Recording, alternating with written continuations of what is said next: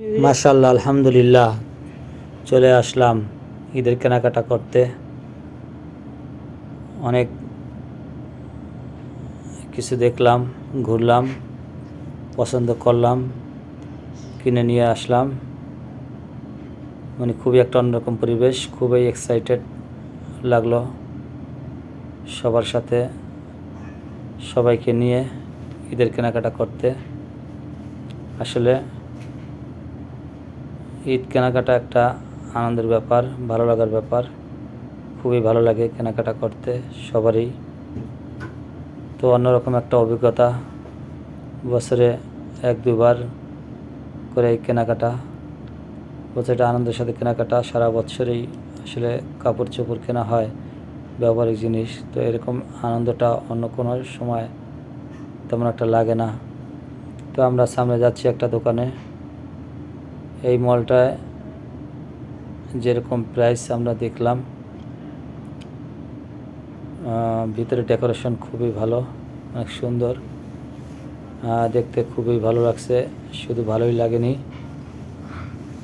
এখানে বিভিন্ন ধরনের কাপড় পাওয়া গেল, পাকিস্তানি, ইন্ডিয়ান, আরও অন্যান্য কান্ট্রির এবং বাংলাদেশের। তো এই পোশাকগুলো তুলনামূলকভাবে আমি যেটা দেখলাম, তাদের এখানে দামটা একটু বেশিই লাগলো। তো সেক্ষেত্রে আসলে কাপড় অনুযায়ী দামটা আমার কাছে অনেক বেশি লাগলো।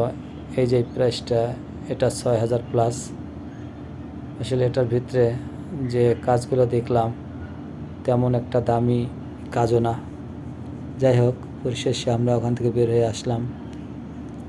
বের হয়ে বিভিন্ন মলগুলোতে ঘুরতে থাকলাম। তো ঘুরতে ঘুরতে আমরা অনেক কিছু অভিজ্ঞতা হলো। শেষমেশ আমরা নিচে থেকে দোতলায় চলে গেলাম। তো যাই হোক, আমরা ঘুরতে লাগলাম। খুবই এক্সাইটেড লাগলো সবার কাছেই। আসলে প্রচুর ভিড় ছিল দোকানগুলোতে, মলগুলোতে। আসলে দোকানের মলগুলোতে তাকিয়ে দেখি যে প্রচুর লোক, সেখানে ঢুকবো কি ঢুকবো না এরকম একটা কনফিউশন পড়ে গেলাম। যাই হোক, ঈদের বাজার, ভিড় তো থাকবেই, তো আর কি আর করার। তো তারপরও আমরা গেলাম। দেখেন আমার বাবুটা, সে মজা খাচ্ছে, রোজা নাই, সাথে ঘুরতেছে। ফাঁকে তাকে একটু তুলে ফেললাম। আসলে খুবই এক্সাইটেড মনে হচ্ছে, লাগছে খুব।